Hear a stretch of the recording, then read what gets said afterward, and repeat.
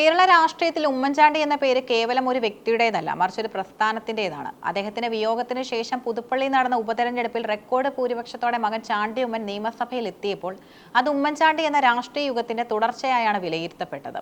എന്നാൽ വരാനിരിക്കുന്ന നിയമസഭാ തിരഞ്ഞെടുപ്പിൽ ഉമ്മൻചാണ്ടിയുടെ മകൾ മറിയ ഉമ്മന്റെ പേര് ചെങ്ങന്നൂർ മണ്ഡലത്തിലേക്ക് പരിഗണിക്കപ്പെടുന്നുവെന്ന വാർത്തകൾ പുറത്തു വന്നതോടെ കോൺഗ്രസിനുള്ളിലും ആ കുടുംബത്തിനുള്ളിലും പുതിയൊരു രാഷ്ട്രീയ പോരാട്ടത്തിന് തുടക്കമായിരിക്കുകയാണ്. കഴിഞ്ഞ കുറച്ച് ദിവസങ്ങളായി കേരളത്തിലെ രാഷ്ട്രീയ വൃത്തങ്ങളിൽ സജീവ ചർച്ചയാകുന്നത് മറിയ ഉമ്മന്റെ സ്ഥാനാർത്ഥിത്വമാണ്. KPCC നേതൃത്വം മറിയെ ചെങ്ങന്നൂരിൽ UDF സ്ഥാനാർത്ഥിയായി പരിഗണിക്കുന്നുവെന്ന സൂചനകൾ പുറത്തു വന്നതോടെയാണ് ഈ വിവാദങ്ങൾ പുകഞ്ഞു തുടങ്ങിയത്.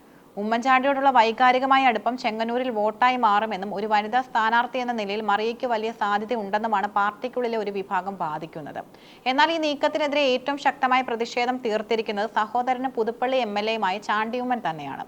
തന്റെ അതൃപ്തി അദ്ദേഹം പരസ്യമായും പാർട്ടി നേതൃത്വത്തെ നേരിട്ടും അറിയിച്ചു കഴിഞ്ഞു. ചാണ്ടി ഉമ്മൻ ഒരു അഭിമുഖത്തിൽ പറഞ്ഞത് ഈ വിവാദങ്ങളെല്ലാം മാധ്യമ സൃഷ്ടിയാണെന്നാണ്. 2 മാസമായി തനിക്കെതിരെ നിരന്തരം വിവാദങ്ങൾ സൃഷ്ടിക്കുകയാണ്. താൻ ഒന്നും പറഞ്ഞിട്ടില്ല, പാർട്ടിയാണ് സ്ഥാനാർത്ഥികളെ തീരുമാനിക്കുന്നത് എന്നതായിരുന്നു അദ്ദേഹത്തിന്റെ ഔദ്യോഗികമായ പ്രതികരണം. എന്നാൽ അണിയറയിൽ നടക്കുന്നത് ഇതിലും ഗൗരവകരമായ കാര്യങ്ങളാണെന്നാണ് റിപ്പോർട്ടുകൾ സൂചിപ്പിക്കുന്നത്.